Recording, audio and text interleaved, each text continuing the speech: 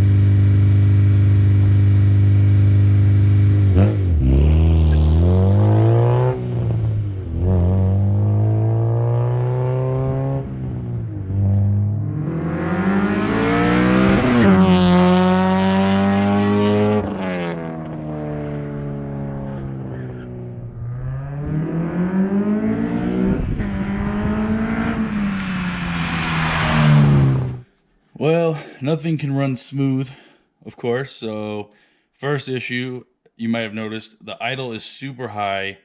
I think it's all related to the IAC, and I need to just eliminate it. I have the plate to eliminate the IAC valve, but I've just been lazy and everything's been working, but lately the idle's just been super freaking high. Second issue I had, the car got really hot and I couldn't notice whether the fans turned on or not. So now I got the laptop turned on and I'm gonna go into K-Pro and check where the fan is set, because I like it around 190 and I don't know if the tuner had set it up much higher. So I'm gonna double check that. Then I'm gonna let the car cool down and make sure I didn't blow it up. So he had the fan to kick on at 204. We live in the desert, it gets super hot, so I'm gonna just do 190. I'm gonna upload it. The battery, the freaking fan's already going, so it's uploaded. Save it. And I'm gonna let the car cool down and just make sure it didn't blow a head gasket or nothing crazy, because it got kind of hot. All right, so the idle issue, I figured out. The throttle plate is sticking, so I don't know if it's like the return spring or something, but kind of gives me an excuse to upgrade it. When the coolant went crazy, it made a freaking mess. I'm using a cap from my Hyundai because I know for a fact that the cap is good, so I'm going to test drive it. Maybe it's the cap, I'm hoping it's the cap and I didn't blow something up, but yeah, I'm going to test drive it with this new cap and see if the temp goes up, see if it overflows, whatever, and I'll update you guys once I figure it out. All right, So I tried the radiator cap from the Hyundai. I drove it, and so far so good. I kind of want to drive it again, which I'm going to because there's nothing really holding me back.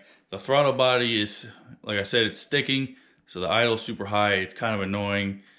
So I don't know. It's starting to feel like it's going to snowball, because if I find out it's the cap, I'm probably not going to just replace the cap. I'm probably going to get a full-size radiator and just, I don't know, redo the coolant system, and I have some other things I'm going to redo on the car, you know, just to get it where I want it. I don't want to, you know, kind of band-aid it.